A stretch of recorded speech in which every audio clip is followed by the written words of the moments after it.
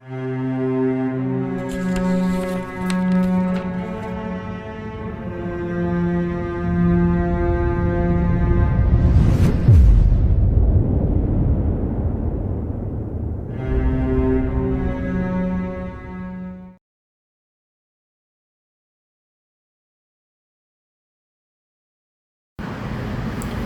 donations, I ask that you donate $1 per video. Thank you. How do we get out of here? Aoki whispered frantically, obviously perturbed by the situation. Aogi didn't know, but grabbed him and they ran outside of the house to the streets of their old neighborhood. And as they turned around, they saw the house was no longer on fire, and instead, a woman stood at the door smiling at them. "Aoki," she called. "Mother?" he asked her. But then suddenly she vanished in a blue light, leaving Aoki in tears. "I hate it here," he said. What has Dai done?" "Stay calm, Aogi said. "This place is disturbing, but we need to find our way out now." Aoki nodded. "Leave it to you to keep a cool head." They turned to walk down the street, which was empty, passing by Aogi's childhood house on their way out. "So what?" Aogi said. "We just keep walking in this daydream land of his?" Aogi shrugged. "It's kind of nice for now." Aoki laughed. We're stuck in here, aren't we?" Aogi shrugged again. "For now, I suppose." They walked down the street at a steady pace, staring forward on the street, noticing small things here and there, which they remembered from childhood. Aogi wondered how Dai had conjured up so many memories with his sphere, or whatever that thing really was. Aogi also noticed that Aoki was still very uncomfortable, which was to be expected, obviously. Such a place was not somewhere to stay off guard, if Aoki was ever off guard before. Aogi really couldn't remember a time that he was.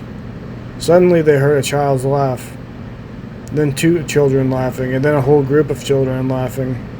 Aoki stopped dead in his tracks as he saw what was a bad memory of his former life. There, he, in child form, was being tormented by 6 larger kids, each one taking a turn at kicking him while he tried to fight back, but eventually curled himself up in a ball on the ground. "Aoki, what a stupid name," one boy shouted, while another hurled insults as well. Small Aoki began to cry while adult Aoki walked over to break up the fight. "Hey," he shouted before Aogi could caution him, but then all of a sudden, all of his former bullies vanished, and small Aoki was left weeping tears of blood, his eyes an unnatural bloodshot. "Oh no," Aoki said, trying to pick him up. "What have they done?" Small Aoki sobbed into Aoki's arms, and eventually, after some time had passed, returned to normal. He asked Aoki who he was, but Aoki did not reply, instead letting the boy go and telling him to go back to his mother, which he did reluctantly, looking back to notice them as they left. He met small Aogi as he returned home, each of them smiling at one another and jesting. Aogi gulped. "This is all very strange." Aoki nodded, and then suddenly they were transported back to the palace, where there was a struggle ensuing between the Emperor and Eric, surprisingly, who now had the sphere, wrapping it in cloth and putting it in his bag, though he wasn't stealing it, apparently. Aogi shouted at him to confirm this, but Eric simply handed them the cloth-covered sphere and bowed slightly with a smile. "You two are unconscious," he said, as the Emperor stood up somewhat disoriented, his guard rushing in to rescue him. "And that thing was glowing. I only assumed what it was doing to you." "At least you're intelligent enough to notice," Aoki muttered. "Thank you, Eric," Aogi replied. "Now let's have a look at the Emperor." But before they could, the Emperor had drawn his blade and shoved it into his gut. "Oh no," said Aogi silently. Eric looked in horror and tried to run to save him, but was held back by Aoki. "What is he doing?" Eric shouted in dire surprise. "He's committing seppuku," Aoki explained. "In this year of trance, or whatever that was, he has felt he has dishonored his family and the empire and realm." Aogi shook his head, but Aoki continued to watch, as he did not disagree with it. The Emperor should not have been so foolish in Aoki's eyes. "So he's committing suicide because of his fear?" Eric asked. "Because of the state he's left the Empire, and he must have been told about it. And yet he did nothing," Aoki said. Some of the people have starved. Eric nodded. You should not have done it. It isn't up to you, Aoki said plainly, letting him go with a shove.